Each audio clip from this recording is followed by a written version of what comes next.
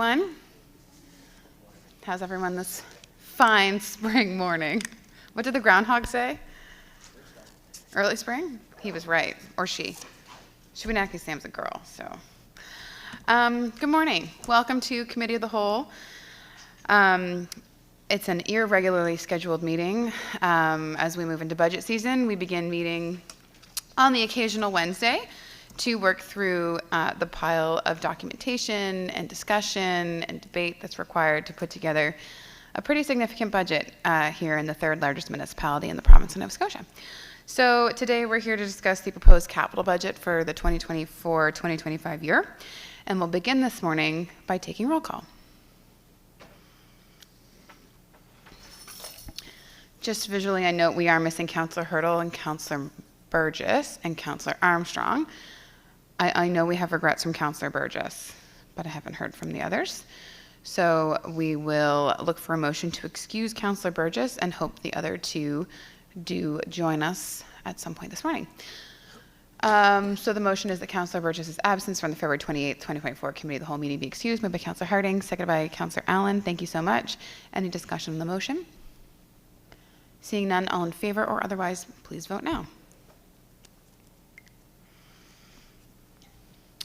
Quite a short agenda. Well, short in, on the page. Doesn't necessarily correlate to length of the meeting, but we do have a one-item agenda, so I would look for at this time a motion to approve the agenda. Moved by Councillor Allen, seconded by Mayor Matart. Thank you. Discussion, additions, deletions on the agenda in front of us this morning. Seeing none, all in favor or otherwise, please vote now.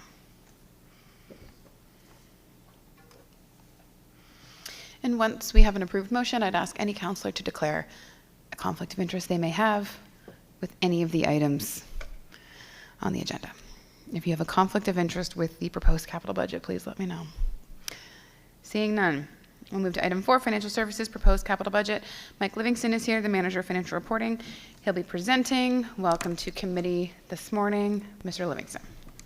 Thanks so much. Good morning, council.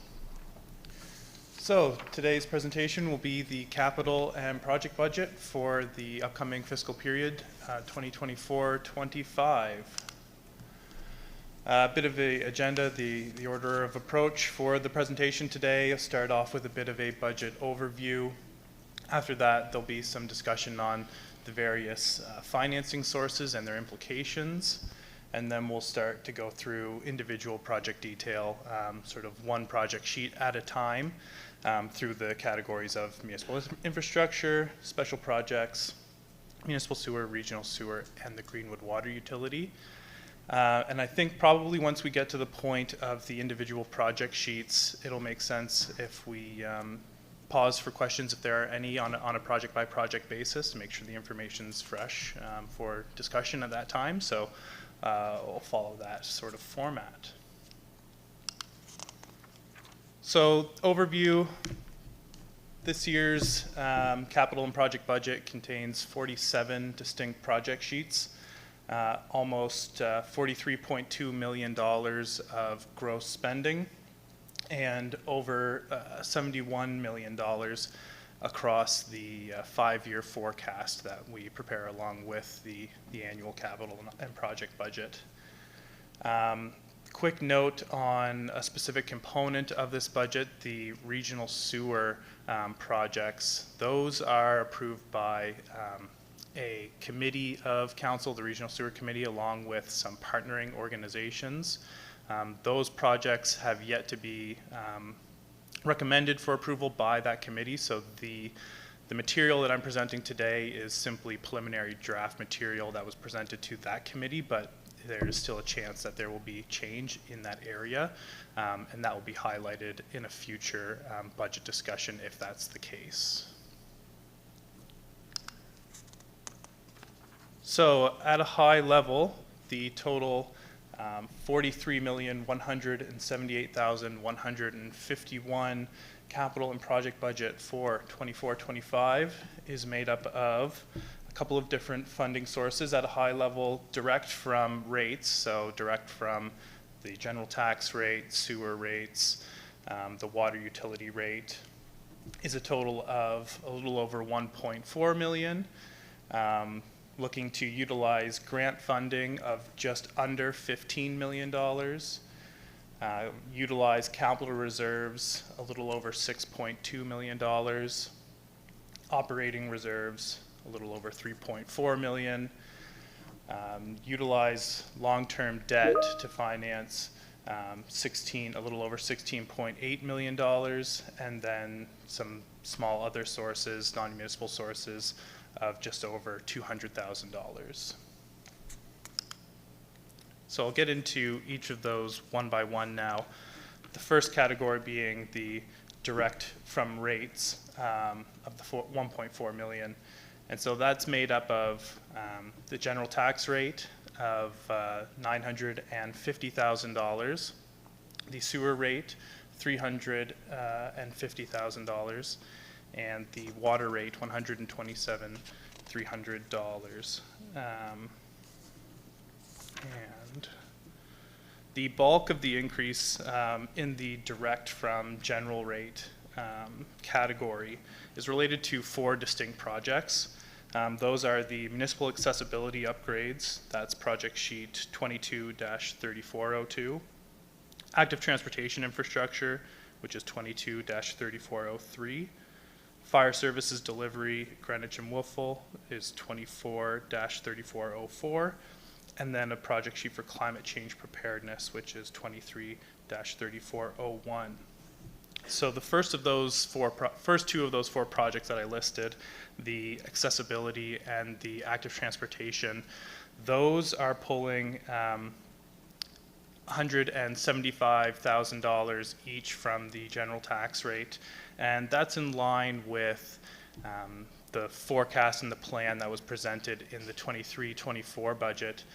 So the intention there is for those annual budgets to be available for accessibility and active transportation initiatives as they arise. And if those funds aren't spent within that fiscal period, there would be a consideration for whether or not that project funding is set aside in a specific reserve for those purposes and to be utilized going forward. The fire services delivery is a new initiative added into this budget, and we'll cover that later on when we take up the project sheets individually, as well as the climate change preparedness. The amount in the direct from the sewer rate is primarily made up of one project sheet, that's 24-3401, titled Biosolids Management. And that aims to develop a plan and process for managing biosolids produced at wastewater treatment facilities, and you'll hear more on that later. And then the direct from water rate, that's essentially just a balance that is the remaining amount that is available to be allocated towards the projects that take place within the water utility.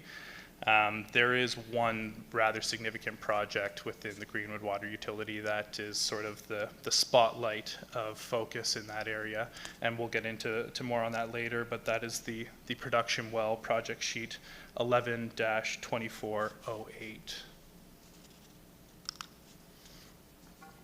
The next category is grants, just under 15 million.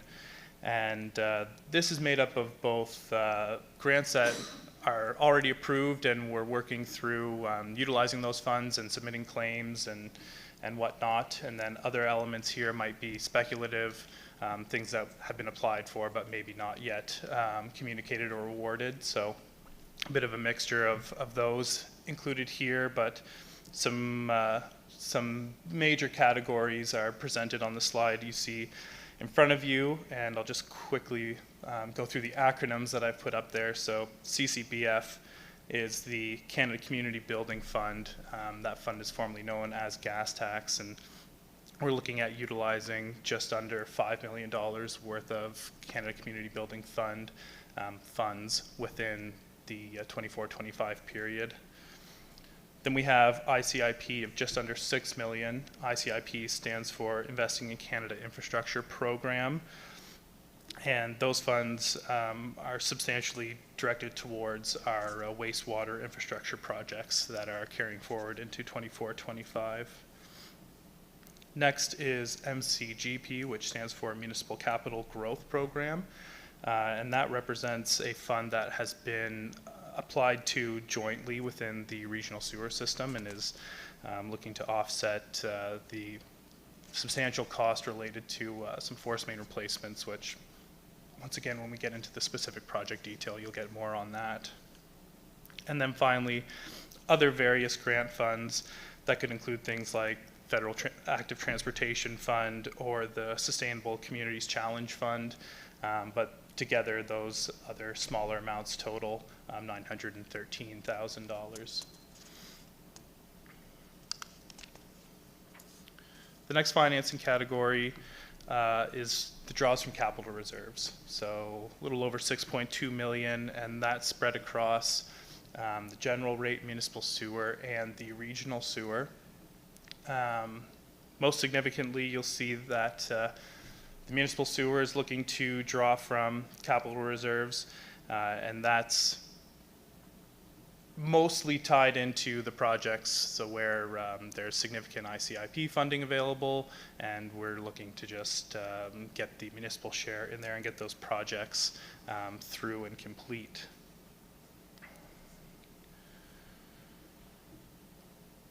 The municipal sewer is looking to have a temporary decline in the balance of its capital reserve at the end of the fiscal 24-25 according to this budget. And I just wanted to note that that is a temporary situation. You recall that there was a presentation to council back in 2021 around reserve planning within the municipal sewer system and a long-term plan for bringing the capital reserves back in line with asset replacement cost requirements and long-term project financing needs. That plan was going to span a period of 20 years, and we're only 2 to 3 years into actual results following that work. So that forecast and planning will have to be revisited, but that'll take place likely in the next 2 or 3 years. But just wanted to note that that is anticipated to be just a temporary decline in that capital reserve balance.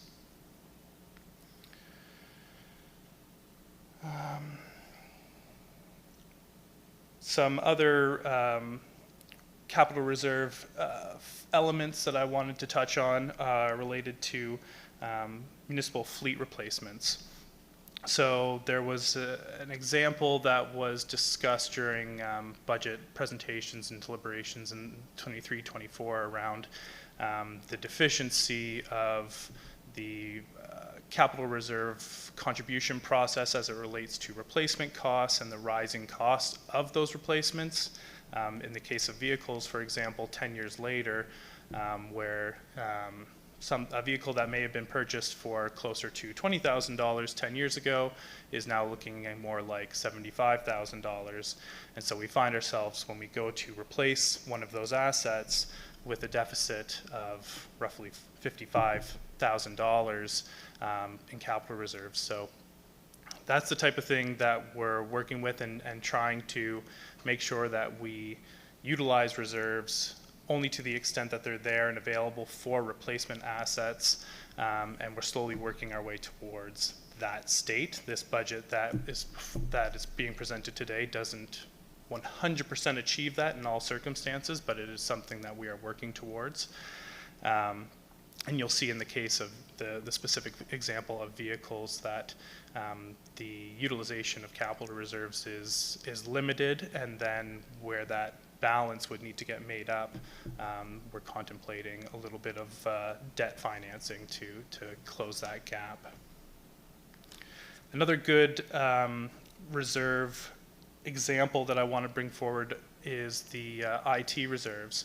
So in IT reserves, we annually, when those projects are budgeted, they're allocated financing from capital reserves, but that's because the process for funding IT capital reserves is that of targeted future cost of either new equipment or replacement equipment. So it's looked at by a per staff basis and what the needs for computer equipments are going to be by individual staff member, and then that drives the allocation into those reserves and then allows us to utilize those reserves to finance those types of projects. So that's another approach to the capital reserve management that we're looking at and deploying in various areas, and IT is a really good example of where that's happening already. So you'll see that type of reserve activity contemplated on those project sheets, and it's a direction that we're moving and hoping to implement in other areas as well. And finally, I just wanted to comment on the regional sewer capital reserve. So the regional sewer capital reserve is in a difficult position right now. There's very minimal funds available within that reserve to offset the project costs that system is facing. It is looking to utilize a significant amount of long-term debt in the short term, and there's likely going to be substantial cost within that system going forward to bring those reserves back to a level that would be more in line with the strategy that we're looking to deploy overall.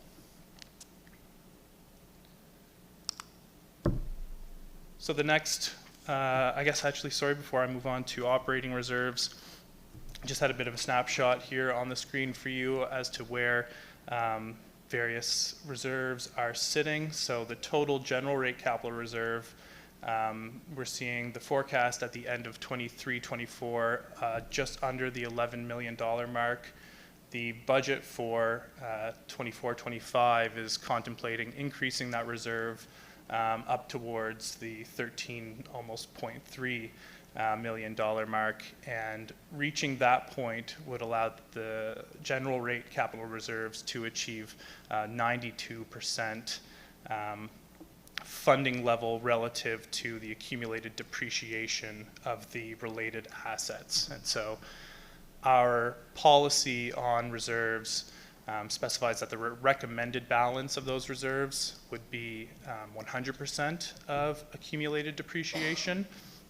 And part of the, I guess the overall budget, not just the capital and projects budget, is that we're looking at making an enhanced capital contribution, which is the primary driver, $2 million enhanced contribution to general rate capital reserves, which is allowing us to move the needle and get up towards that 92%. The sewer rate capital reserve forecasted to end 23-24 with just under 14.2 million, and as I'd already mentioned, a temporary decline towards just over 12 million, and representing 41% of accumulated depreciation of those related assets. So this is where our long-term plan is hopefully going to start to reverse that over the next many years. And just of note on that forecast for the end of 23-24, that would have been lower had we not seen the amount of carryover projects that are going from 23-24 into 24-25. So it's sort of, it looks like more of a dramatic decline than maybe what would have otherwise been seen if projects were moving at a slightly earlier pace. So then into operating reserve utilization of a little over 3.4 million, and that's split out across the various funds. General operating of a little over 1.4 million. In municipal sewer, it's under 100,000, and then in the Greenwood water utility, utilizing a little over $1.8 million. And in the water utility, the operating reserve is actually just the accumulated surplus. So that accumulates over however many years where there's an annual surplus, and it's set aside and is available for utilization against both operating costs if necessary and capital costs. In this case, there's been a plan for those accumulated surplus to be utilized to offset the cost of our production well project. And like I mentioned earlier, we'll speak in more detail about that when that project sheet comes around. But that is what you're seeing. That 1.8 predominantly relates to financing the production well. In the general rate, the 1.46 million, that is only made up of a very small portion of projects that weren't otherwise already planned to utilize those funds. And so what we're seeing there is withdrawals from operating reserves for funds that were set aside specifically for special projects. There may have been budgets established in prior years that have been carried forward and are being continued to be made available for those projects as we work towards completing them. So a little over $500,000 is coming specifically from special projects reserves. There's another slightly more than $500,000 that's contemplated to be utilized from the COVID-19 reserve still. You'll see that project when we come around to it. And then there's a very small amount specifically coming from an economic development operating reserve, and then $315,000 that is contemplated to be pulled from just general operating reserves. And that is mostly related to a single project, $200,000 of that related to the Meadowview Solar project, and it continuing to advance that project forward. The next category of financing is long-term debt. On the screen is an excerpt from the actual capital book itself. It breaks down where debt is contemplated being used across the tax rate, sewer rate, within regional sewer, in the water utility, and then one project there that will be spread across a combination. So you can see here total debt, 6.8 million, and that is looking to result in roughly 1.5 million, a little over $1.5 million of annual debt service over the course of those long-term debts. And the significant portion of that debt is held within the regional sewer system, as I was sort of alluding to earlier, and then a fairly substantial amount of debt contemplated within the water utility, to some lesser degree debt within municipal sewer, and then even fewer still within the general tax rate.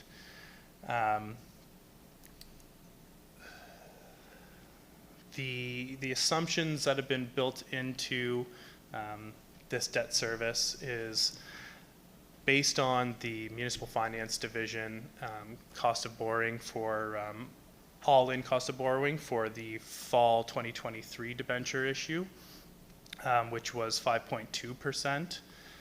It's possible that we'll see lower than 5.2 if the forecasted trends that we've seen hold up, but thought that it was best to utilize the rate that we had in front of us as 5.25. And then within the tax rate projects and the municipal sewer rate projects, we've assumed a 10-year debt term, which is fairly standard unless we feel the need to extend it, which we did feel in the regional sewer. In that segment, we're looking at 20-year terms, possibly extending to 25. That's part of what's being worked out with that committee.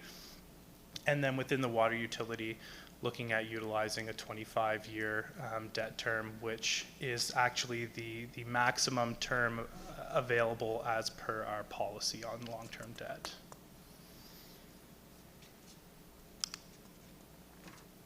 So a little more on debt levels and thresholds.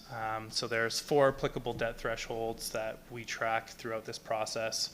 They are the debt service burden, per capita debt, the debt to taxable assessment, and the debt service ratio, which is very similar to, effectively the same as the debt service burden. Those first 3 thresholds are set out in our policy, FIN 05004 for debt, and then the debt service ratio is tied to the provincial financial condition indicators. And as you can see on screen, the requirements, I'll work through one at a time. So our policy on debt service burden states that we must maintain an amount less than 12%. And actually, before I get too far into it, I'll explain what debt service burden actually is. So that is effectively a percentage of the total debt obligations that the municipality has as a percentage of our own source revenue. So own source revenue is things like our tax levy, payments in lieu of tax, sale of services, but excludes things like grants that we would receive. So that percentage within the 24-25 budget forecast is only 1.4%. However, due to the sort of lagging nature of the debenture obligations, you'd want to look towards that 5-year forecast, and within that time frame, that ratio is estimated to cap out around 8.0%. So still within the policy defined limit. Per capita debt is simply the outstanding debt balance at any given time divided by the population of the municipality. And we're required to keep that amount below $800 per person. Within the 24-25 budget, that amount would reach $560, and then over the course of the 5-year forecast would cap out at $690, remaining on side throughout that 5-year term. And then finally, I'll speak to debt to taxable assessment. So somewhat similar to per capita, it's the total outstanding debt, but this time it's divided by our taxable assessment. So that limit is 5% of taxable assessment, and the 24-25 budget contemplates only reaching 0.5%, and over the 5-year forecast, it only increasing to 0.6%. Remaining on side, the debt per taxable assessment, all the other thresholds would be far exceeded by the time that threshold reached 5%. So not an area of concern.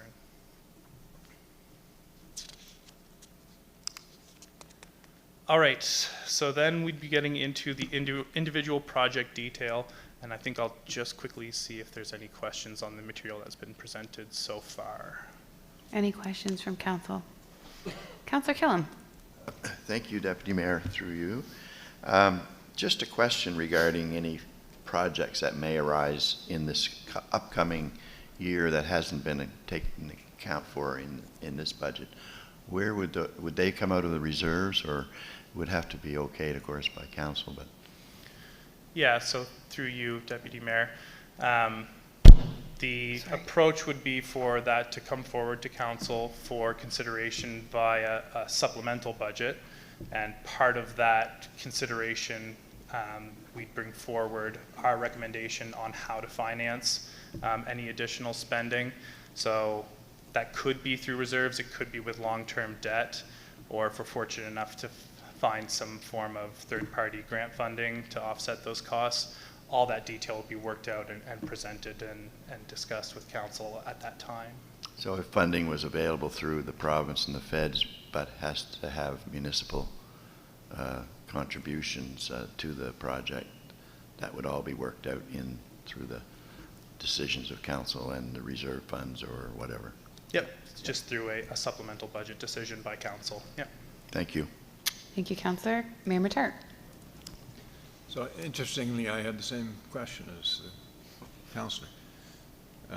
One assumes that one would presume that we might get a grant or two during the course of 24-25 that we haven't budgeted for and can't budget for because of a variety of reasons, but there is a capital component pretty much always.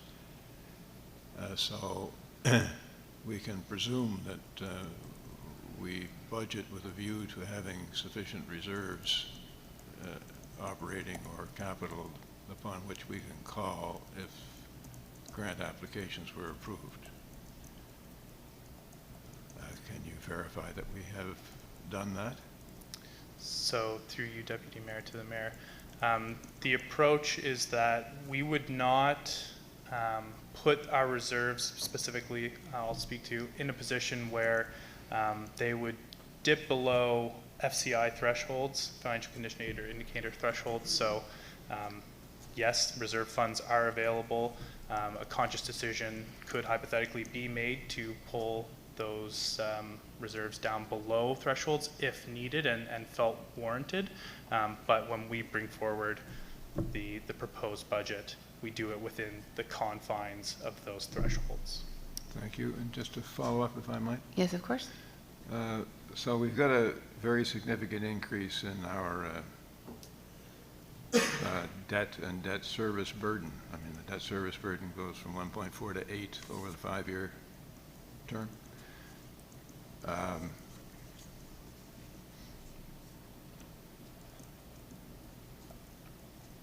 We have in place a plan over the long term to ensure that that doesn't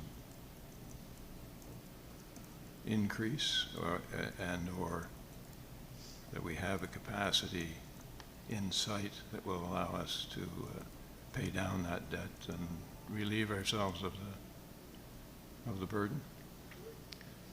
Through you, Deputy Mayor, correct. So the municipality has the capacity to service the debts contemplated within the budget. There's still capacity to take on additional debt if necessary. Up to and 12. Then pardon me, sorry. Up to 12. Correct. Yeah. And then with the approach to reserve financing that I was discussing earlier, when that comes to complete fruition, hypothetically, there would be no need for debt financing. Everything could be financed through an appropriately funded reserve. Thank you. Interesting. Good question, Mayor. Thank you. Director Barr has his light on. Thank you, Deputy Mayor. Just one additional comment to that as well. The municipality has a surplus distribution policy as well, so that if any given year that there is a surplus that results, part of the distribution of that is to go towards contemplated long-term debt to minimize that. Okay. Thank you. Thank you, Director Barr. Any further questions from council at this point in the meeting?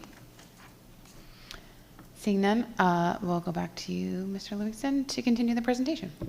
Or to go into the individual project sheets? Yes? Okay. Yes, correct. It's the best part. So as I mentioned, we'll take a moment for questions after each individual project sheet. And we will start with municipal infrastructure.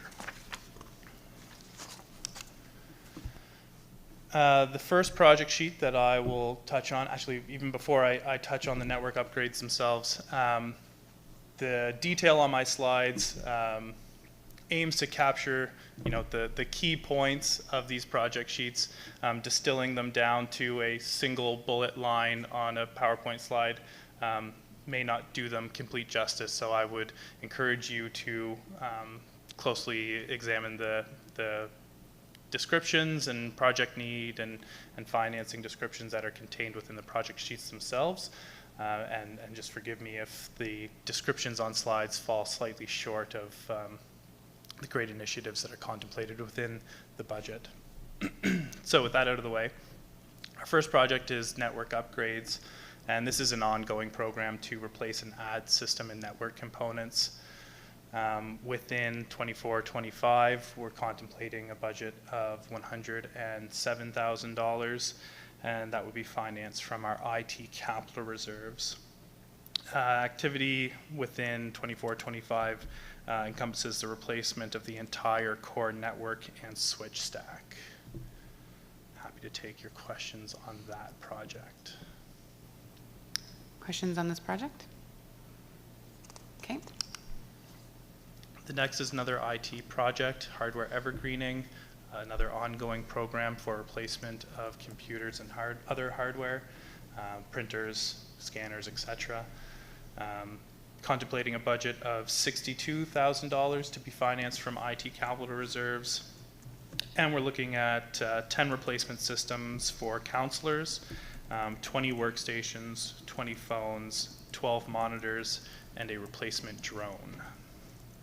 Happy to take any questions on that. Questions on hardware evergreening? Not a new project, really. Mayor Matart.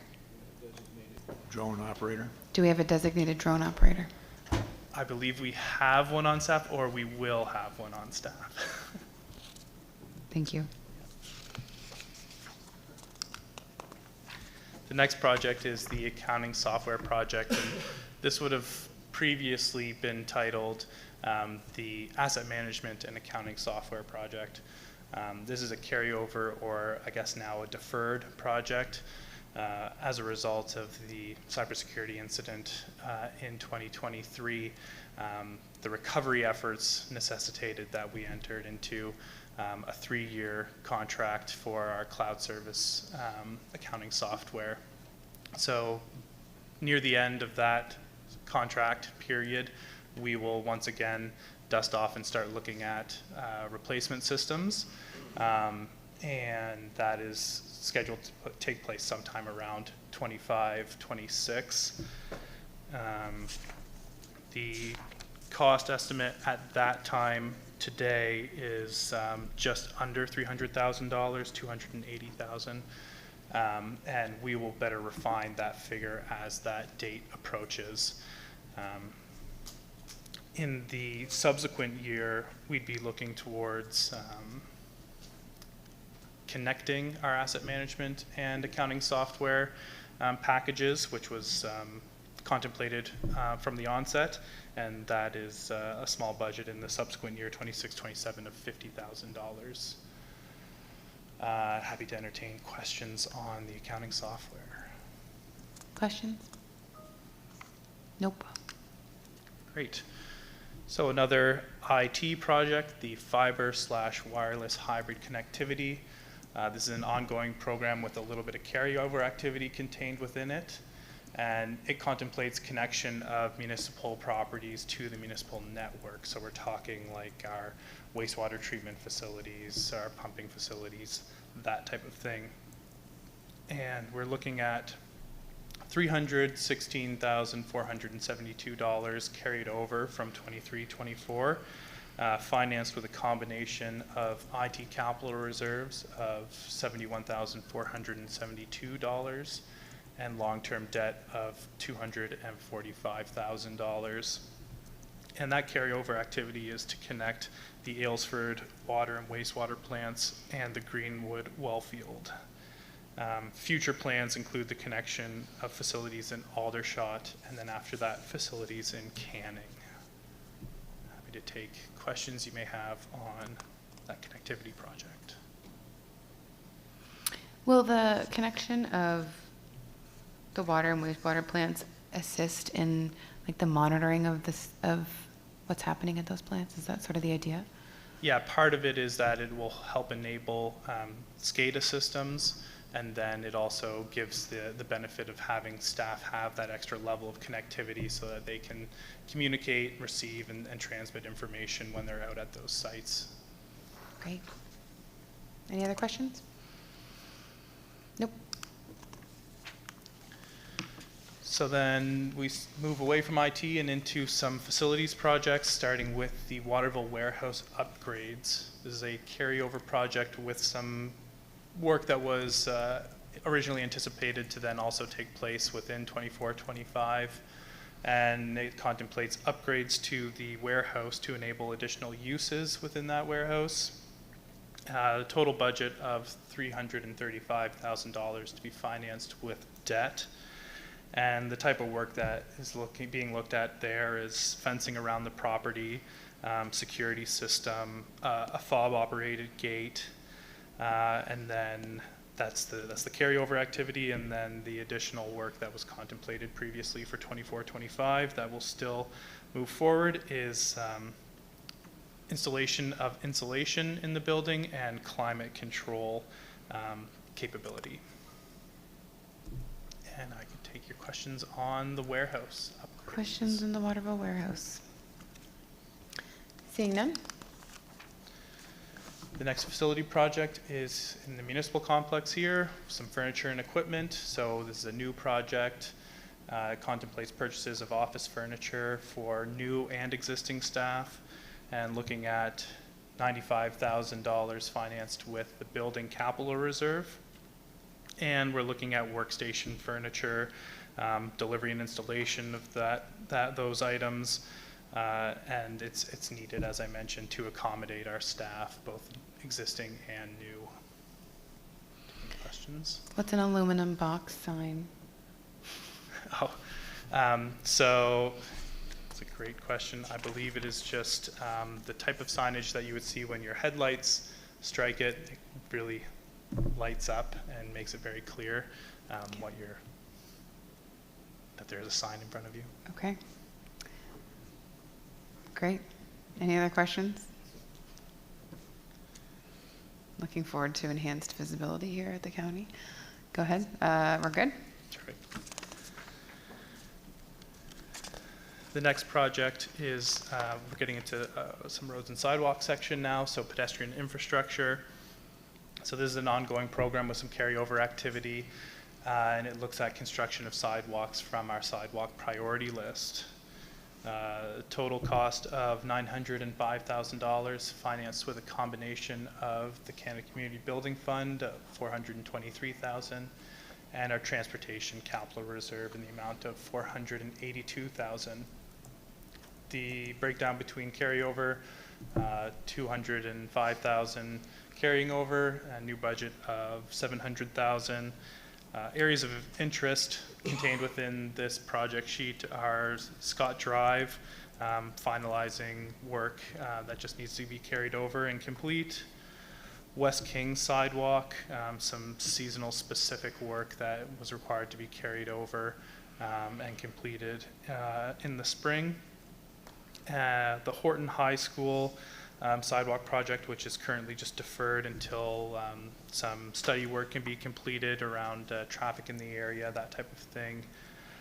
And then a section right along the number one, kind of right out here, Anderson Boulevard to Needs Fast Fuel on the other side of Highway 101, looking at some temporary sidewalk out there as in other project sheets, we'll look at additional activity that might take place in that area. Is that work contingent on provincial work, or would it be standalone based on the existing infrastructure? There is a bit of a standalone component that's like a temporary measure, and then there's work that is contingent on provincial initiatives. Yeah. And any further indication of if there will be any provincial investment in that intersection? I'll defer that perhaps to Director Kerrigan. Thank you. Director Kerrigan. Hi, through you, Chair. Yes, we're planning on doing some work on that street to put the sidewalk in as a temporary measure, but it's our understanding that the province is looking at doing some work there to repave that section from the town line through into Colebrook. Okay.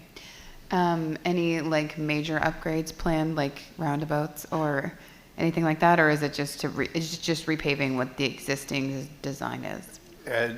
Or I don't want to overspeak for okay. Obviously Nova Scotia Public Works. My understanding is that they're looking at repaving perhaps this year, so we're trying to get in ahead of them to do some work. That's why we're only looking at temporary sidewalks, so that if they do come and put roundabouts or some other means in there, we're not investing a ton of money if they should happen to take them out. And if they're already in, then the hope would be whatever they end up building for new infrastructure will be replaced with proper concrete sidewalks. Excellent. Thank you. That's great news. Any other questions? Councillor Davison. Just a quick question on the Fed and provincial grants, but showing 400,000 next year, and then it drops half that in the next 3 years. Is there a reason? Do we have more money coming in on 25, 26? So what you're seeing there through you, Deputy Mayor, that financing is the Canada Community Building Fund. So that is sort of an annual allotment that is given to municipalities and can be directed towards a variety of initiatives. There is some utilization within sidewalks, but consistent with some of the discussion and material back in 2021 when we were looking at sewer reserves was how much the sewer needed CCBF. So what you're seeing there would be sort of the realignment of those funds back towards predominantly municipal sewer projects rather than within sidewalk. Okay, thank you. Thanks, Councillor. Anything further? Okay, we're good. Terrific. The next project is municipal road remediation. So this is an ongoing program for crack sealing, microservicing, and patch paving. Had the count 25 kilometers of subdivision roads owned by the municipality. Looking at $100,000, a fairly consistent year-to-year budget for this initiative, financed with the Transportation Capital Reserve. And the logic to this project is that basically this type of work can extend the life of a road by a few years at a substantially less cost per year than a complete repave. So we can defer that repave cost out a couple of years and do it at a cheaper per year cost. So that is where we look to capitalize with these funds. Any questions? Okay, we're good. All right, so now we're moving on to our Parks and Recreation section. So park facility upgrades, an ongoing program to maintain and upgrade park facilities. We're looking at $135,000 financed with the Recreation Capital Reserve. And this project is looking at some security equipment around Aylesford Lake, upgraded facility signage across all park facilities, and then some replacement equipment at the Waterville Pool. In future years, there's some work around various boat launches, and it's a fairly consistent year-over-year allotment. Any questions on park facility upgrades? Councillor Killam. Thank you, Deputy Mayor, through you.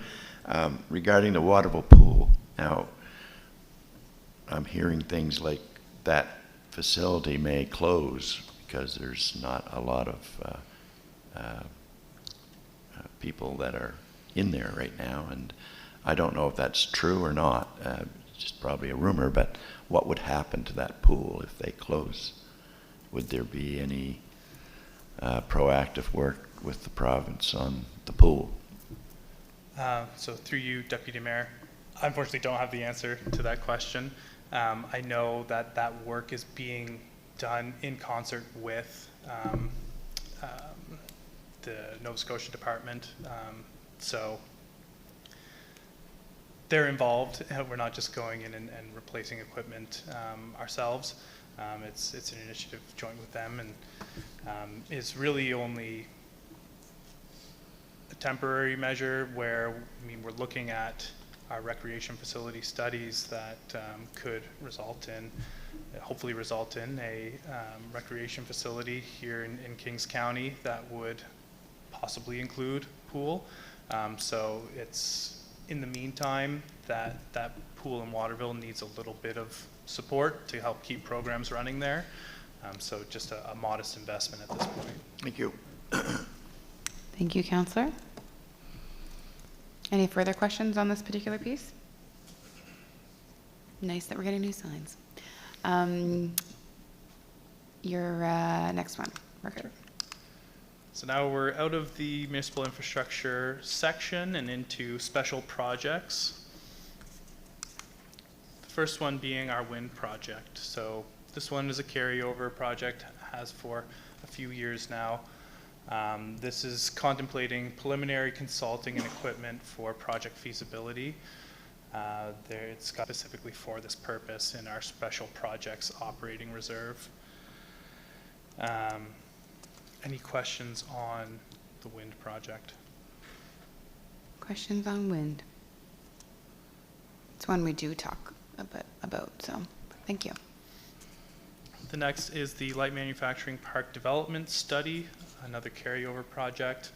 It contemplates a study of feasibility of a manufacturing park development. So those study costs are contemplated at $125,000, financed with funds that have been set aside for this purpose once again in our special projects operating reserve. And then the forecast for that actual development, or at least our work related to that development, is forecasted for 25-26 and is contained on project sheet 23-3402, and I'll take that up a little bit later. Perfect. Any questions? Okay, we're good. J-Class Road Assessment, an ongoing program for third-party condition assessments of the 135 kilometers of J-Class roads. $30,000 financed with our tax revenues. This is a sort of recurring every 2-year assessment that takes place and helps inform the roads that we apply for into the J-Class paving program. Any questions on the assessments? We're good. Water Village of Kingston, another carryover project to explore essential water service in Kingston. $96,809 financed with a combination of funds that have been specifically set aside in the Special Projects Operating Reserve, and then a contribution by the Village of Kingston themselves. And so this is looking at potential options to service that community with central water, whether or not that's based on own independent water sources or whether there's an extension of the Greenwood Water Utility into the Village of Kingston. That is what this project looks to explore. Questions? Okay, we're good. One from the mayor. Oh, the mayor. Apologies. Sorry. Thank you, Deputy Mayor. Through you to the presenter. I noticed the comment, the project may address the water quality of existing private wells. Do you know what that refers to? I think the With intention, a view to what? I believe that commentary through you, Deputy Mayor, is simply to suggest that for those folks that may be experiencing issues with wells, moving off them and onto the utility would settle their issues with their private well, but perhaps. Okay. Thank you. Anything further? No, okay. Sounds good. So the traffic and pedestrian study out and around Colebrook Village Park Drive. So a carryover project, and this looks at a study for improvements in the area and including pedestrian connectivity out around Nova Scotia Trunk 1. So this project is a cost of $50,000, once again to be financed with funds that have been specifically set aside for this initiative in our Special Projects Operating Reserve. And it's not planned to take place until fiscal 25-26. Any questions? Questions on this one? Kind of already touched on it. Nope, we're good. Regional Recreation Facility Study, carryover project. Should more say carryover funding, I think, and contemplates study work related to municipal recreation facility. Total budget of $125,000 to be financed with a combination of amounts that were budgeted in prior years and specifically set aside in the Special Project Operating Reserve, and then an additional budget allocation of $75,000 coming from the general tax rate. This study work will look at finalizing location, cost-sharing arrangements, operating agreements, as well as any necessary legal work and site assessments that are required as we move forward with the facility studies. Any questions? I don't see any. I think we're good. Next project is municipal accessibility upgrades. So I would have briefly touched on this in the early parts of the presentation, but this is an ongoing program for construction of accessibility infrastructure in line with an accessibility action plan, which I understand to be under development and is a process of the Joint Accessibility Advisory Committee. This project looks to utilize $175,000 from tax revenues, and as I would have briefly mentioned, it's not necessarily tied to specific accessibility upgrades at this time. I'm understanding that those standards aren't quite available yet, and when they are, we want to be ready to respond. But then any unspent project funds could be at discretion of council set aside to be utilized for future accessibility projects. Any questions on that one? Any questions? Nope. Active transportation, somewhat similar to accessibility when it comes to the amount budgeted from tax revenue this year, but with its own piece of carryover activity. And it contemplates design and construction of active transportation infrastructure throughout the municipality. This project is looking to spend $905,950, financed with a combination of sort of the new budget allotment consistent with what I described for accessibility, 175 from revenue, 333,750 approved funding from the Federal Active Transportation Fund, $80,500 from other grants that we're hoping to take advantage of for active transportation, 45,000 from the general operating reserve, and $271,700 of long-term debt. So several project initiatives carrying over into 24-25 and include a project on safe routes to schools, the Meadowview Trail, Kingston Greenwood Bridge assessment, and projects connected to the Harvest Moon Trail. Any questions on the active transportation initiatives? I don't see any. I think we're good. Next, I have the IMSA pilot, so a carryover project, and it's simply the continuation of the 2-year interim IMSA pilot program, with the amounts carrying over into 24-25. The total amount of $403,852 represents gross costs of the IMSA pilot, and you'll see later in the financing the share from other municipal units.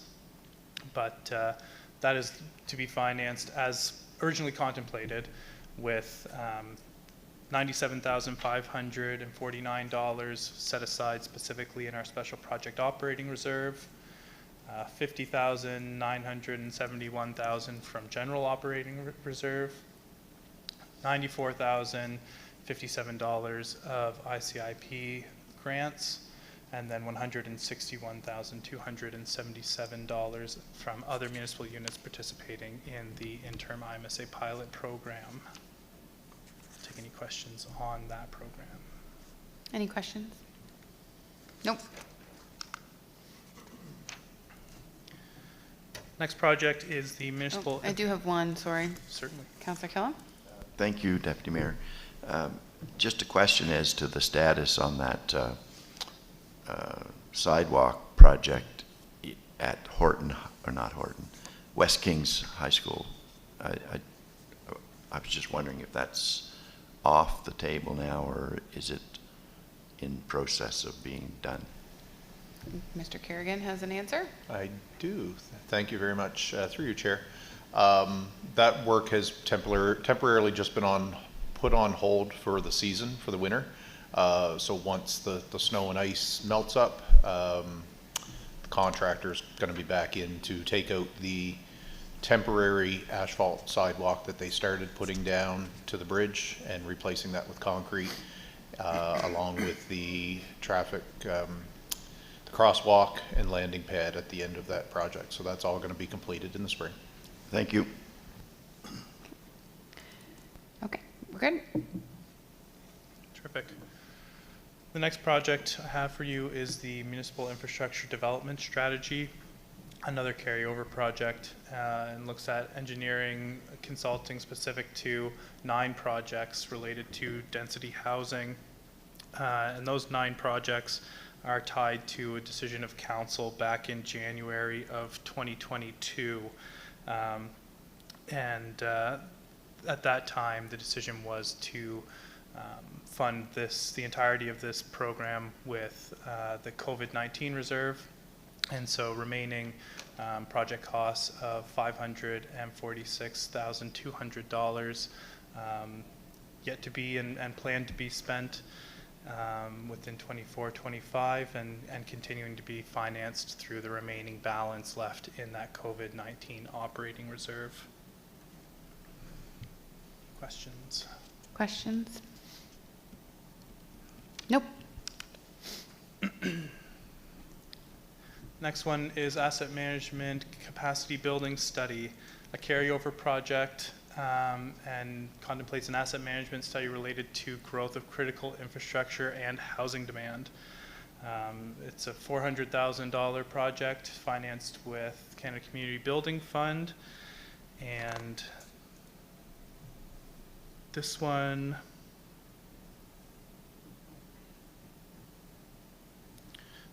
is in the works currently. We have a consultant working on the asset management plans and working with our local villages for their piece of that work, and that is expected to continue into 24-25 and be completed during the year. Glad to take any questions that you may have on the asset management initiative. I don't see any. Next, climate change preparedness. Referred to it as a carryover project, however, it's got a completely revised scope. It's simply looking to utilize some funds that were approved in the 23-24 budget for a renewed purpose. And it contemplates feasibility studies related to wastewater to energy processes and for renewable energy options. The total budget is $230,000 to be financed with $30,000 from the general operating reserve, which is that piece that is being carried forward, and then an additional $200,000 directly from tax revenues. There's a terrific description of the need for this project within the project sheet itself, which I won't try to do any justice right now, but it does look at the need to reduce the municipality's impact on climate change and reduction of greenhouse gas emissions and reducing reliance on fossil fuels. Any question on the study work on climate change preparedness? I don't see any. That's good. So now on to light manufacturing park construction, the one I would have signaled earlier with the study project sheet. So this is a continuing but future project.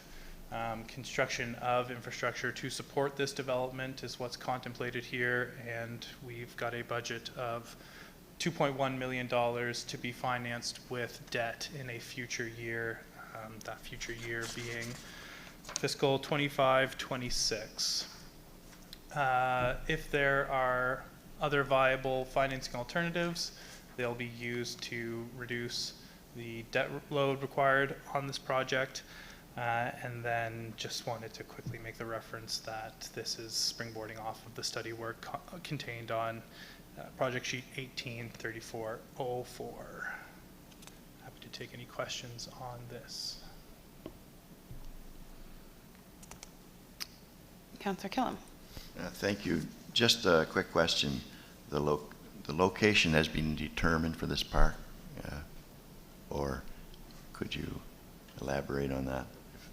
I'll allow Director Kerrigan to speak to.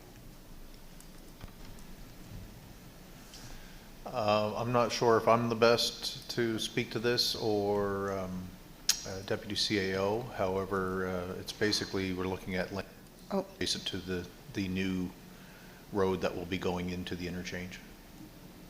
I'll put Rob's, I reached my mic limit, so I'm going to put Rob on too. Do you have anything to add, Mr. Frost? Through you, Deputy Mayor, to Councillor Killam, we own lands in the area of the new interchange, the proposed new interchange. So that's where we're discussing locating this manufacturing. Thank you. Thank you. Okay, we're good.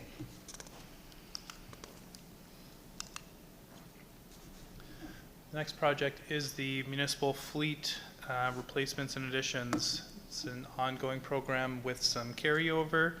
And as I mentioned, looking at replacing and adding to the municipal fleet. The total project cost in 24-25 of $731,000, financed with a combination of $227,000 from the vehicle and equipment capital reserve, and then $504,000 from debt. And this is where you'll see that limitation that we've set on the utilization of those capital reserves to the amounts that would have been set aside for vehicle replacement by the contributions previously made. These purchases will be made in line with the fleet optimization study. If I recall correctly, that was roughly around the timeline of 2020 or in early 2021 perhaps, when that green fleet study was brought forward, and council provided direction to proceed with vehicle purchases and replacements consistent with what was set out in that study. Included in the project activity is the replacement of a crane truck, replacement vehicle for one of our F-450s, 2 new F-150 half tons, and then we are also still awaiting delivery of 3 more F-150 half tons, orders that were placed during the current fiscal year. And I should mention that the half tons, the F-150s that we're ordering, are hybrid vehicles. The other 2, the crane truck and the replacement for the F-450, I believe, are not electric vehicles or hybrid. Among those 7 vehicles, we're looking at 4 additions to the fleet and then 3 replacement vehicles. And I'll gladly take whatever questions you have on the fleet. Any questions? Will they be electric vehicles or no? Not fully electric yet. Okay. And you'll see the project sheet on our EV infrastructure soon. To be continued. Okay, cool. The next project is municipal entrance signage, a carryover project, which looks at upgrading the signs out on the Highway 101 at the Kings Hants border and Kings Annapolis border. Project costs of $42,600 to be financed from the Economic Development Operating Reserve, with a specific segment of that reserve which was tied to branding initiatives. Any questions on the signage project? Will that be done this year? Like for sure? For sure. I think this is one we've been talking about for a really long time. I can't say for sure. Can we make it the high priority? I know it says it wasn't a high priority, but I think this is one that should be. Anyway, that's for debate. Any questions? Seeing none, we're good. Meadowview Solar Garden, so a continuing project and looking at consulting and pre-construction project costs to enable this project into its construction phase and beyond. Looking at $200,000 financed from general operating reserves, and we've received an updated project construction estimate of around $19 million. That was an increase, if I have it here. I don't have the reference point from where it came from, but it was a pretty significant increase. This project is likely to take the form of an intermunicipal service agreement and corporation, and as such, construction of the project and the ongoing project operations won't be directly financed by the municipality, would be contained within that IMSA corporation. And for now, just simply looking at funding the cost of that upfront work. Questions? I think we're good. So here is the EV charging Sorry, station. Councillor Killam. Oh, yeah. Sorry to ask another question. Just from the meeting we had at the community, there's obviously a fair bit of opposition to this project. And I'm just wondering if that can, in the future, impact if we do the project or don't do the project, or what's the plan if things go south on the project, I guess. I think I'll have to direct that question to either our CAO or deputy CAO.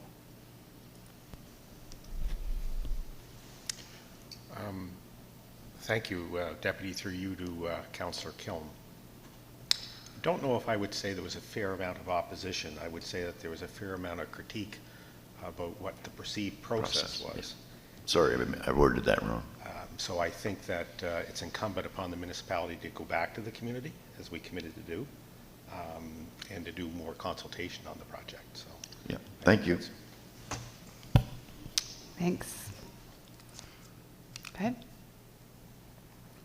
All right, so here is the previously signaled EV electric vehicle charging station and solar/battery systems project.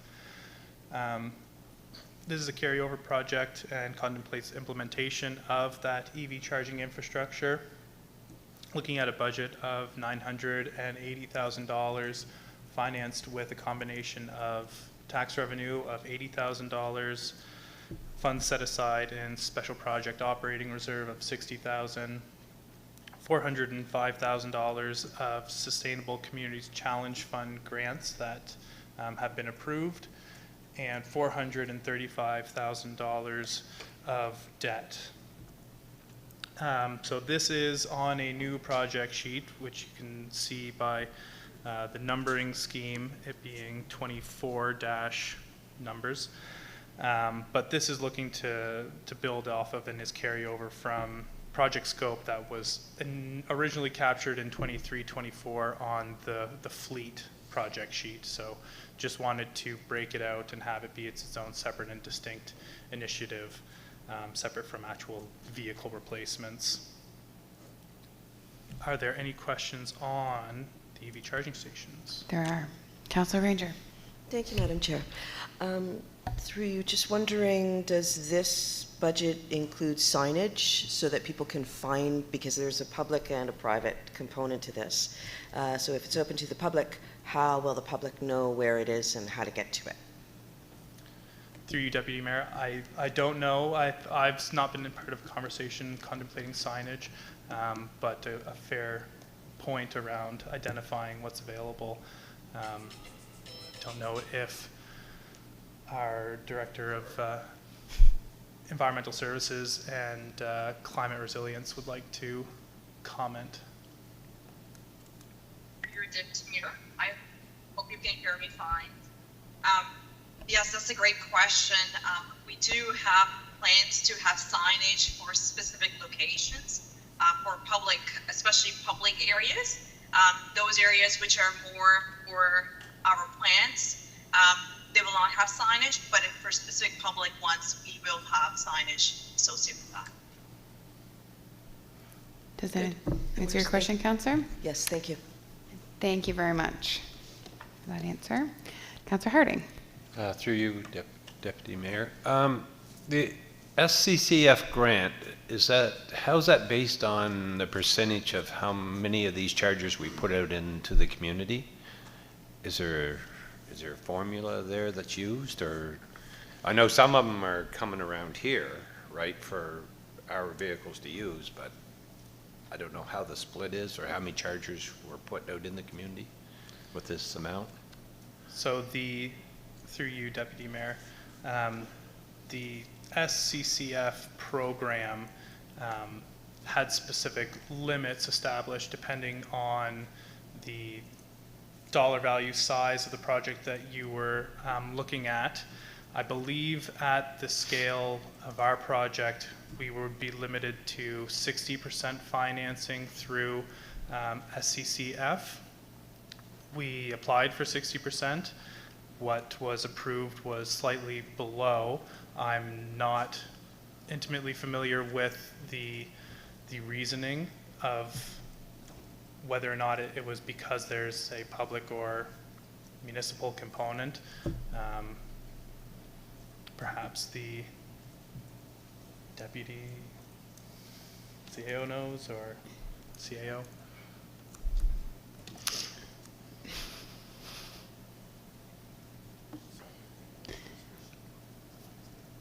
It's all right, it's all right. Oh, Director Barr is coming to the rescue. I will just say from experience with the SECF grant, sometimes there's reductions simply based on intake and applications and distribution of funds. So there may not be a metric directly related to the number of charging stations. It might just be program availability. Okay, thank you. Okay. Interesting. Thank you. Councillor Davison. Oh, thank you, through you. Just to follow up on the question that Councillor Granger had. So with a lot of these vehicles, most of them have apps now to show where each charging system is. So because they're new vehicles and because most car dealerships have apps, I actually drive a hybrid, and it's updated constantly on my app where those are. So anybody that buys a new vehicle will have it on their new app. That's cool. Thanks. Awesome. Thank you. I have no further questions. The next project I have for you is Fire Service Delivery, Greenwich and Wolfville.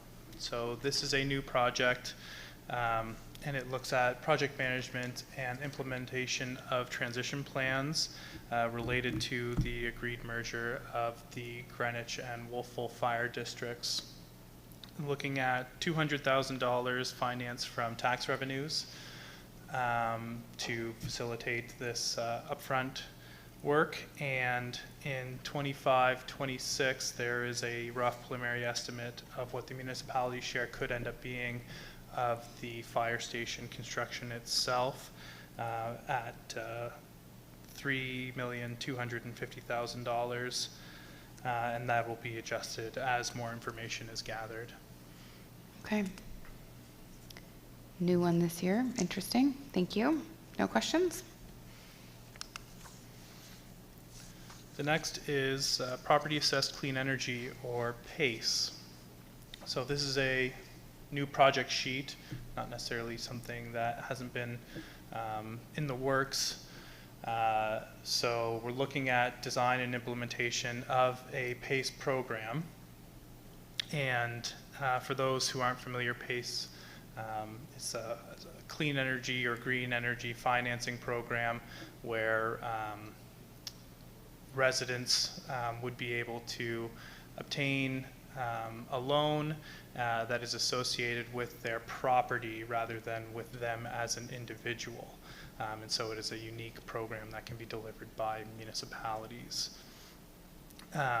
The design of the PACE program would be such that any of the PACE loans to specific residents and related costs would be self-financing and basically have no impact on general rates, with the exception that we're looking for a budget of $15,750, which is simply the upfront administrative cost to get the program off the ground and make it available for all residents to take part in if they so choose. Happy to take any questions you have on PACE. Is there a timeline on this piece? Like, is this anticipated for this year? I'm already in the sewer over here. We issued a request for expression of interest for PACE, and then subsequently a request for proposals. And we have received a proposal that has been scored, and we're looking at closing out that proposal in the next short term. Thank you. I don't see any other questions. All right, so that was the end of the special projects, and now we'll move into municipal sewer, followed by regional sewer and the Greenwood Water Utility. So the first project for you in municipal sewer is our lift station replacements, an ongoing program with some carryover. And this one looks at replacement of end-of-life lift stations and components within. Looking at a budget of $2,952,418 to be financed with $659,711 of sewer capital reserve, over $1.6 million of ICIP grant funding, just under $250,000 of Canada Community Building Funds, and $400,000 of long-term debt. And in 24-25, the municipality plans to purchase upgrade or replacement equipment such as chamber, pump, and or panel upgrades across a variety of municipal lift stations, and complete project design for our lift station KT1. Construction at AD2, and these are lift station short code, I guess. AD2, CK4, AT3, and CB2 are all carrying over from 23-24, and equipment upgrades at AP7 and CG2 are also carrying forward. And so those tags kind of give you an idea of the communities that those lift stations are in, and perhaps someone from, if there's interest, someone from Engineering Public Works can decipher them for you. I was actually hoping maybe we could take a brief break. We should have done it before we transitioned into sewer, just for 5 minutes or so. And Councillor Armstrong had a last-minute scheduling conflict, and so she's asked that we excuse her. It was unexpected this morning. So could I have a motion to excuse Councillor Armstrong? Moved by Councillor Davison, seconded by Mayor Matart. Apologies, Chris, for throwing that motion at you last minute. All in favor or otherwise, please signify in the usual fashion. We have a quorum. We're okay, right? Yeah.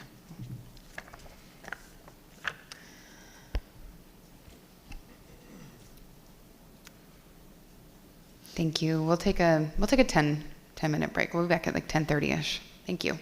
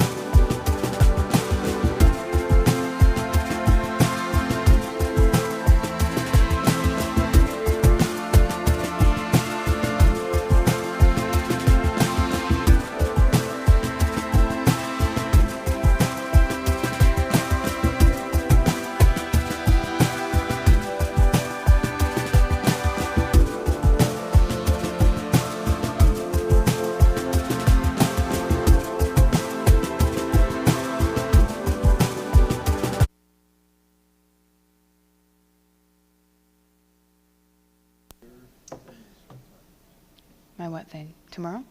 The Positive Politics and Pizza event is at 6 o'clock at the Kempville Fire Hall. 6 to 8 tomorrow with me and Mike Butler and Pam Mood from Yarmouth. Should be good. And there's free pizza. 6 to 8, yeah. What is it?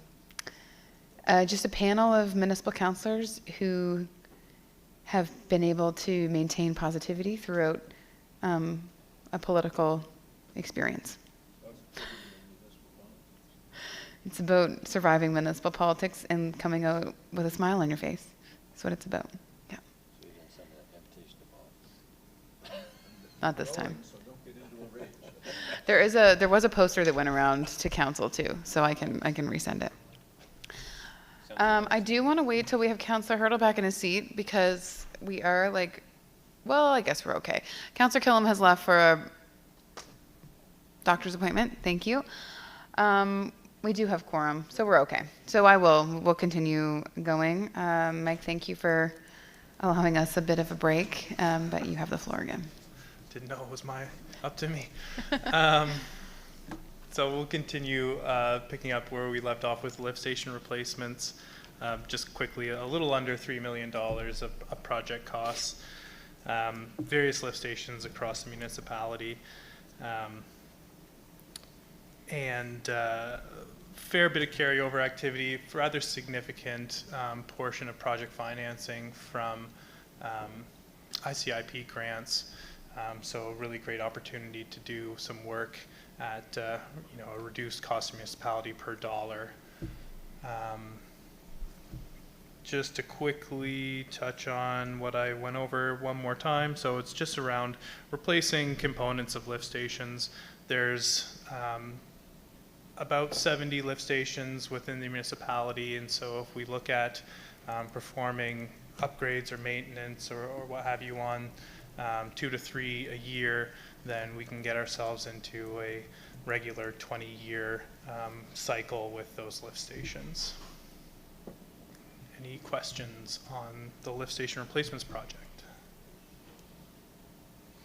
I don't see any. I think we're good. The next project is sewer treatment plant infrastructure renewal, an ongoing program with some carryover activity, and it looks at replacement of sewage treatment plant infrastructure and related equipment. Total project budget in 24-25 of $7,792,000, financed from a variety of sources, $2.7 million from sewer capital reserves, just under $2 million of ICIP grant funding, a little over $1.3 million of Canada Community Building Fund, and then $1.8 million of debt.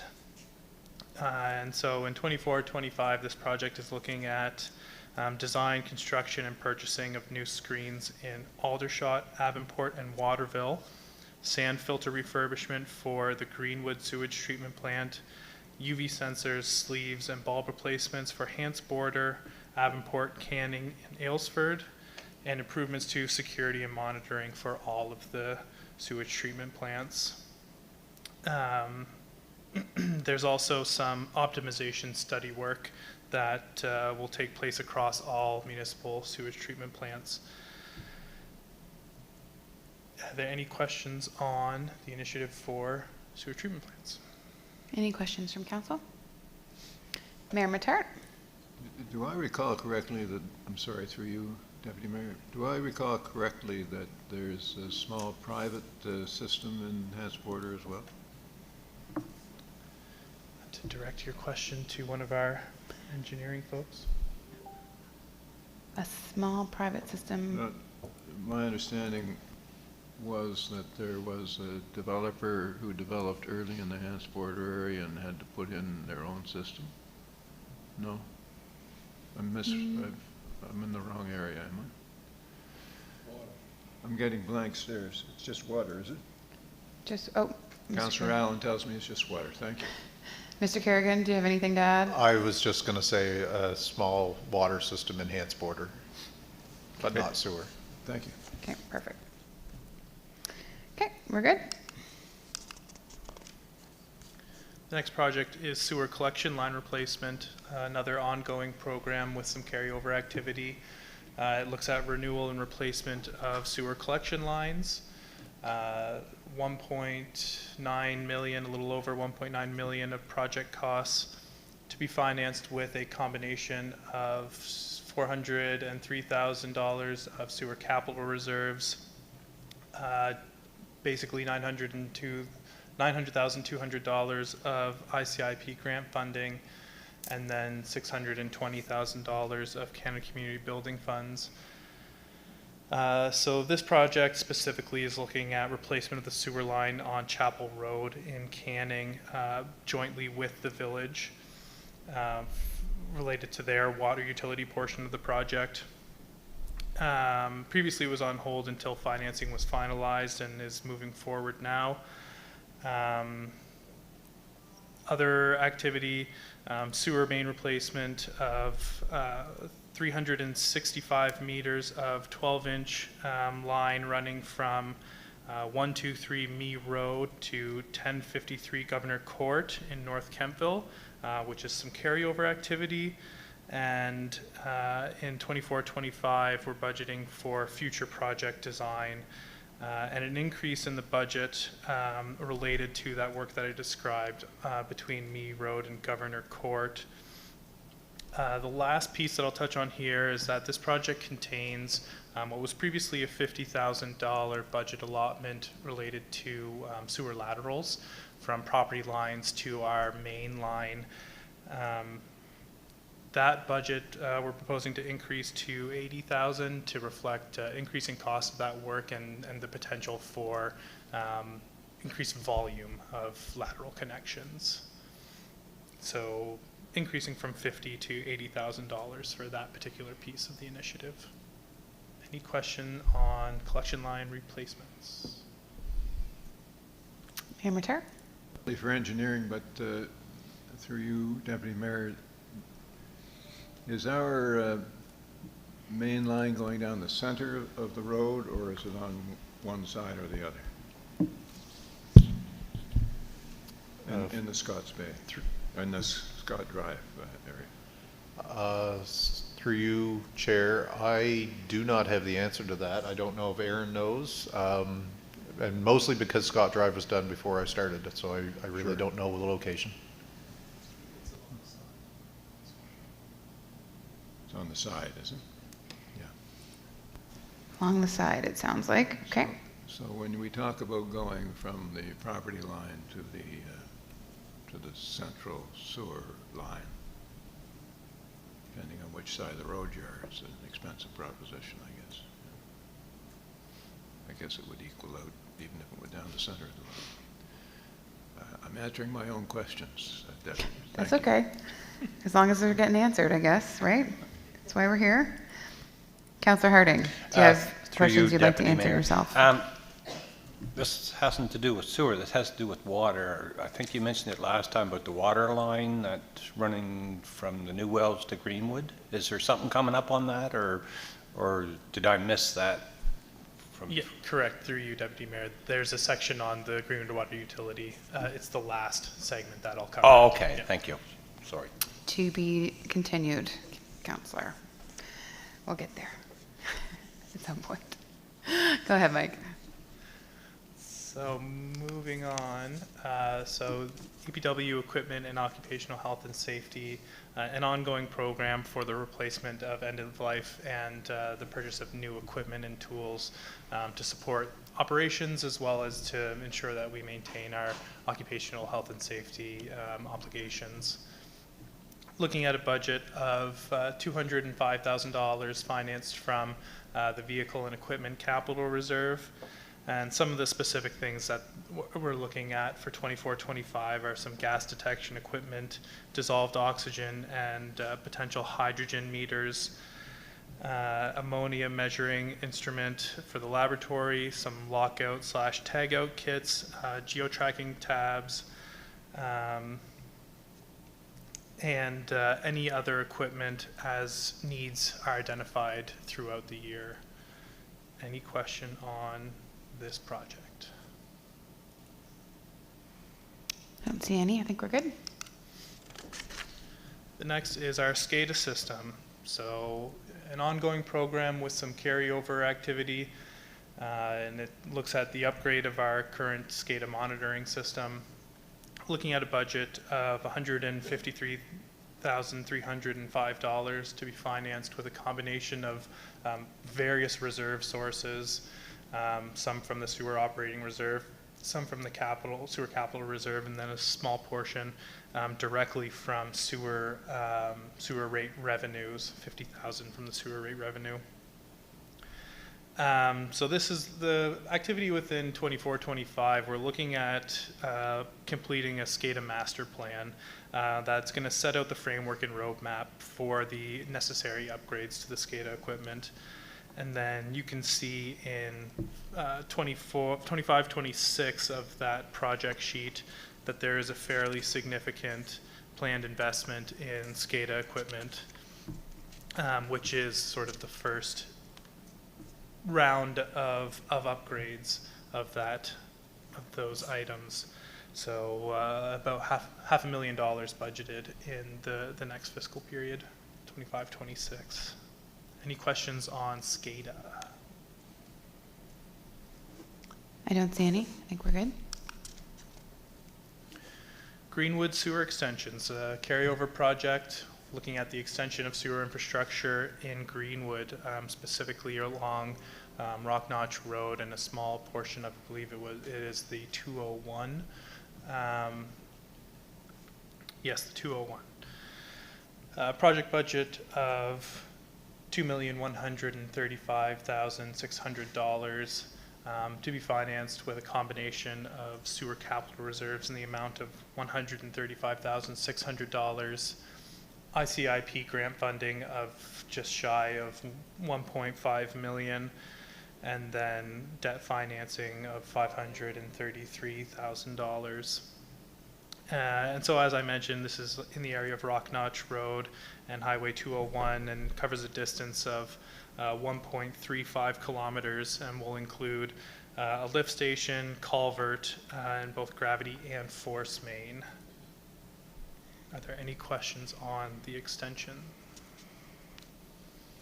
I don't see any. Next, I have the Municipal Specifications Manual update. This is a carryover project, and it looks at the update of our 1997 specifications manual, as well as now the subdivision bylaw. Looking at a budget of $50,000 financed from the sewer operating reserve. Any questions on the manual and bylaw work? Nope.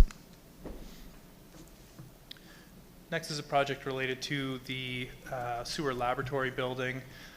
This is a continuing project in 23-24, perhaps even initiated in 22-23. There was some study work around the existing lab and what would need to be done with that facility to sort of rehabilitate it and sort of modernize it, I suppose, perhaps, for lack of better phrasing.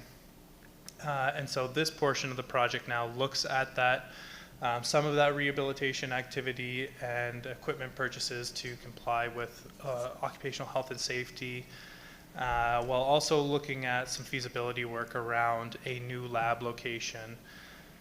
Looking at a budget of $160,000 to be financed with $50,000 of sewer revenue, sewer revenue, so direct sewer revenue, and then $110,000 from the sewer capital reserve. Any questions on the lab building? Questions on the lab? Nope. Next project I have is the biosolids management project, another new project, and it's looking at developing a plan and process for managing regular biosolids produced at our wastewater treatment plants. This project has a proposed budget of $250,000 to be financed directly from sewer revenue. And once again, there's a really well written out need for project that I'd encourage you to read through on the project sheet itself. But I'll do my best to cover it to some degree. So, I mean, biosolids are a byproduct of the wastewater treatment process. It's important to manage them to maintain plant efficiency. Developing alternative plans for these biosolids can have environmental benefits as well as potentially financial benefits when considering what the high cost of disposal of that material might otherwise be if you can find a different use for it, such as they're spelled out in the project sheet. Things like land rehabilitation, I believe, is something that is looked at.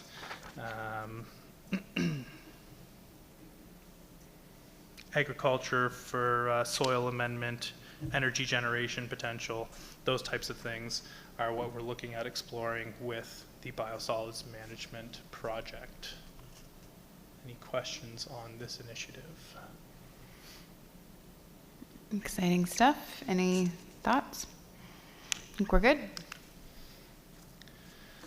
The next I have is sewage treatment plant lagoon desludging, another new project.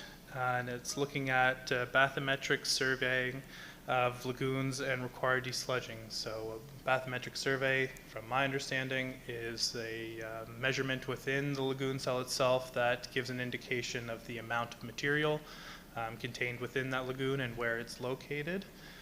And following that, that surveying work, we'll look at doing the necessary desludging activity to get lagoons functioning at peak capacity.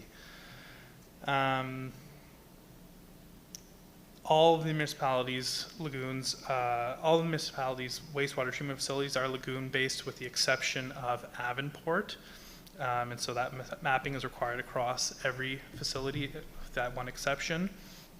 And then going forward, after this piece of work in 24-25, we'll be looking at undertaking some of that mapping activity on a recurring 3-year basis to make sure that everything remains in ship shape within those wastewater facilities. A total budget of slightly under $2 million, $1,952,000, and contemplating to be financed with Canada Community Building Fund. Are there any questions on the lagoon desludging initiative? Mayor Matar? Thank you, Deputy. It's probably out of the financial scope, so you might want to refer to engineering, and I apologize for my lack of understanding, but what's a mechanical plant? I will defer in fact. Can you say it a little louder, Mayor? Because I didn't hear. What is a mechanical plant as opposed to a lagoon-based plant? A mechanical plant versus lagoon-based. I'm going to actually defer that question to Zobia. She's the one who looks after the plants. Zobia, just curious what the difference, or the mayor's curious, the difference between a mechanical plant and a lagoon-based plant. The biggest difference is in terms of how they're operational, in terms of the technologies that are going to be utilized. For example, for a mechanical plant, we have a more sort of robust system, which will not require desludging activities actually. So it will be basically a day-to-day sort of operations that will happen based on automation altogether, and we'll have a better control in terms of the wasting that is happening within the plant. So again, a more robust system than you see across Canada, as opposed to a lagoon system, which is great for smaller sort of load, but when we have more complex waste coming into our plants, having a mechanical system gives us better control altogether. Thank you. I sort of anticipated that might be the answer, and it raises the question as to whether we are in the background somewhere exploring system replacements, or at least on an ongoing basis looking at mechanical as opposed to lagoon-based systems, but I'll just leave that hanging, and I now have an understanding a clear understanding of what a mechanical system is. Thank you.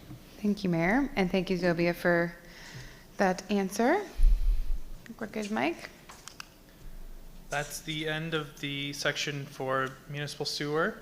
The next piece is for regional sewer, and I just wanted to mention one last time that these project sheets are preliminary and are yet to be recommended by the Regional Sewer Committee. The Regional Sewer Committee is planning to convene on March 7th, at which point they'll have the next opportunity to debate and potentially approve what I'm presenting here today. And if there's a need for adjusting, then that'll be made clear to council at a future budget discussion. So the first project within the regional system is the regional sewer lines. This is an ongoing program with some carryover, and it's looking at replacement specifically of sewer lines within the regional system. The carryover activity is specifically related to some project design elements and consulting. The bulk of the project costs are contained as new budget allotment within 24-25, and the total budget is $7,046,500, financed with a combination of regional capital reserve, a significant grant, the one that I had referenced had been applied for jointly by the regional sewer parties or partners for $3.1 million. Still awaiting the outcome of that application. And then debt of $3,875,000. This project is looking at replacement of force main from RG5, another reference to a lift station. RG refers to the regional system. The 5 is the lift station that is kind of at the bridge in Kentville as you work your way towards North Kentville. And then continuing on towards the treatment facility out towards New Minas, ending around, I believe, the Eves Hollow area. This is the area that we've seen a significant number of breaks in the line over the last several months. And this project work has been on the radar for a number of years and has been deferred a number of years. And now we are at the point where we are no choice but to replace these lines in order to maintain compliance with the environment. Are there any questions on the sewer line project? Mayor Mattern. Any estimate, is there a projected announcement date on whether or not and when our $3.1 million application for grant would be responded to by a government? I'm not aware of a timeline. Director Barr. Thank you. Thank you, Deputy Mayor, to you, to the councilor, to the mayor. Excuse me. Indications are there's going to be an announcement very soon in relation to that. I don't think anything formally has come out yet, but we have been in discussions with them, and I think an announcement will be forthcoming in the next week or so. Thank you. Councilor Davison. Thank you, through you, Deputy Mayor. I should know the answer because I've sit on these regional meetings, but are they going to, this entire amount of money, that's going to replace the piping through RG5? That is also going to replace the piping through up towards Colebrook, is that right? Correct, through you, Deputy Mayor. I should have mentioned it, there is a portion of this project that's looking at replacement of sewer line that's out between roughly Anderson Boulevard and the Needs Vestibule, sort of along the same stretch where the temporary sidewalk is being contemplated. And is just one follow-up, that's going to be done at the same time? We know we have got the breaks in that one area. Is it going to be at the same time, or are we going to wait for another year before the next one's done? Through you, Deputy Mayor, the hope was that they would be done together. We're still engaging in conversations at the Regional Sewer Committee around whether or not that will be possible. Okay, thank you. Thank you. Director Kerrigan, did you wish to weigh in on this one? Thank you, Chair. Just to clarify, so the work from RG5 through to Eves Hollow would be done likely as one project. The work in Colebrook here from Anderson Boulevard just past Colebrook Village Park Drive is a completely separate project and would be done separate from that. Thank you for that clarification. Mike, go ahead. So the next regional project, regional sewage treatment plant aeration and desludging. So this is the project that has been underway for a few years, trying to get the sludge levels down within the regional facility, and then to replace the aeration equipment in there and with newer and more efficient operating equipment. It's a carryover project in 24-25, and we're looking at a total budget of $3,122,824, and that is inclusive of some new budget scope that we're looking at layering on in relation to desludging of lagoon cells 3, 4, and 5, and some accompanying study work or consulting that would go along with that. So once again, the conversation is ongoing with the Regional Sewer Committee around this particular project as well. But I will gladly take whatever questions are here. Councillor Granger. Thank you, Madam Chair, through you. So with this project, I know it's about replacement, but are we thinking future, because we're growing, so replacing is fine, but are we making plans for growth with this? That piece of, through you, Deputy Mayor, that piece of it isn't captured by this project sheet. I believe, however, within a project that I'll touch on a little later, you'll start to see the proactive measures. Okay. Thank you. No other questions? Terrific. Regional equipment, very similar to the project sheet you'd see within municipal sewer, achieving the same function, replacing end of life, and purchasing new equipment and tools. Looking at a budget of $64,000 finance from the regional capital reserve. Any questions on this one? Straightforward. I see no questions.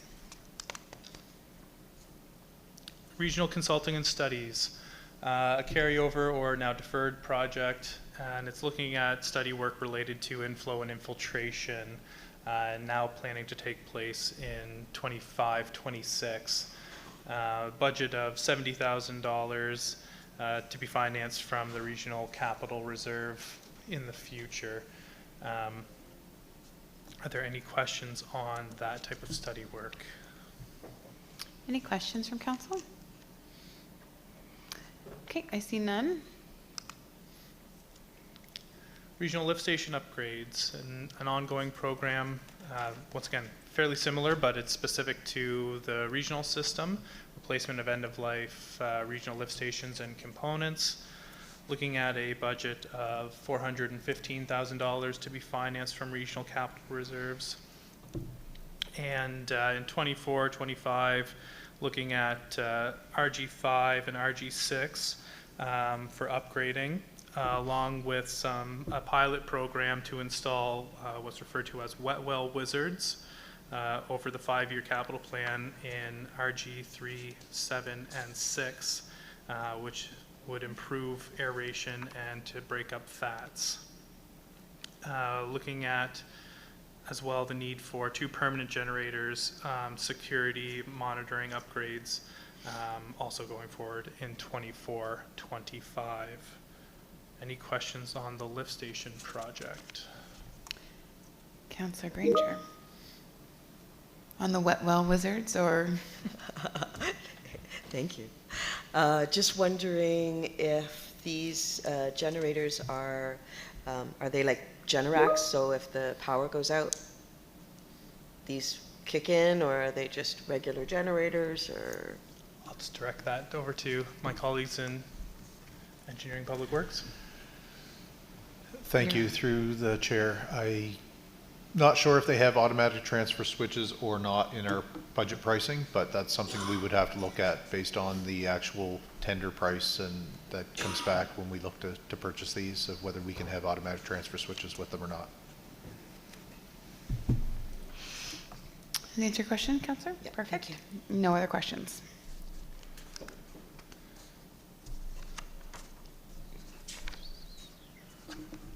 The next project and final of the regional sewer section, the regional sewage treatment plant upgrades, an ongoing program, and here we're looking at some study work related to optimization and environmental impact. So these are the sort of proactive measures that I had referenced earlier, and looking at a budget of $150,000 to be financed from the regional capital reserve. And the outcomes of this study work will be factored into future capital planning for the regional system. And you can see that already contemplating some project spending in 25, 26. That'll be based on, specifically on the outcome of this study work and optimizing the processes within the regional system. Any questions on this particular piece of work? Seems very positive. I see none. Thanks. So the last section that I have for you today, 3 project sheets in total within the Greenwood Water Utility. The first is the water distribution system improvements. It's an ongoing program with some carryover activity, and it's looking at improvements to the utility distribution system. The budget for 24-25 is $415,000 financed from accumulated surplus. So in the context of the water utility, that's like operating reserves. And looking at construction of additional fire hydrants and valves, along with hydrant fitting upgrades that were originally planned in 23-24 and carrying over. And then in addition, looking at an additional $150,000, which is sort of the annual allotment to allow for responding to needs as they arise on an annual basis. Any questions on the water distribution system improvements? I don't see any. Water system equipment, ongoing program. It's much like in the sewer, but in the water utility, to upgrade and replace water system equipment. We've got a budget of $145,000 to be financed with a combination of direct from water rate revenue, $127,000, and then a small amount to pull from accumulated surplus or operating reserve of a little over $17,000. And here, some of the specific activity that's being contemplated is purchasing pH and chlorine sensors, water meters, and automatic analyzers for chlorine contact times. Any questions on the water system equipment? Don't see any. Final project sheet of the day, the production well. So this is a carryover project, and there's a lot to it. Looking at a new production well, a related transmission line, and then now some treatment of the water from that production line.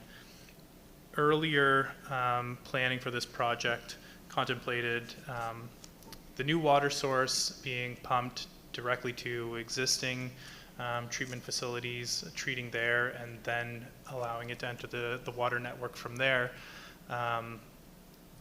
The approach has been revised and felt that it's better to treat that water at source and then pump it directly into the system from the new production well. So that adds in the additional cost of extra treatment. In addition to that extra cost, we've found that the tendered cost for the transmission line itself came in significantly over budget, preliminary budget estimates. So we are now looking at project budget in 24-25 of $6,814,047. But over the course of the next 2 years, where we'll capture both the transmission line and treatment elements of the project, looking at a total cost of $8,728,738. The project is contemplated to be financed, as was always the case, with the available accumulated surplus, but that is falling quite short of the total project needs, and the remaining balance of $5,358,000 would need to be financed with long-term debt. So within the context of the water utility itself, the original project would have needed to be proposed to the UARB and approved, which it was. And subsequent to that, since there's a need to revise the budgeted project costing, the water utility regulations require any budget overage of $250,000 to be communicated to the UARB and receive additional approval. Communications have been initiated with the UARB. They have received a letter from the municipality setting out the project budget, the proposed project budget here, and they have returned with a number of information requests that staff are working through drafting responses to. But I will leave it at that and invite your questions. Councillor Harding. Through you, Deputy Mayor.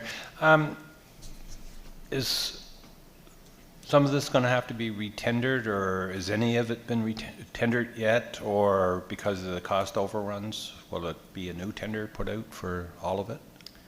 The transmission line was issued for tender. I think we're beyond, or very soon will be beyond the pricing commitment from that tender. So it's likely, but not absolute certain, that that would have to be retendered. Okay, thank you. Thanks, Councillor. Anything further on the production mull? Mayor Matart. Are there rate studies associated with all this additional expense? Yes, so in the operating side of the water utility budget, we have contemplated funds for a rate study.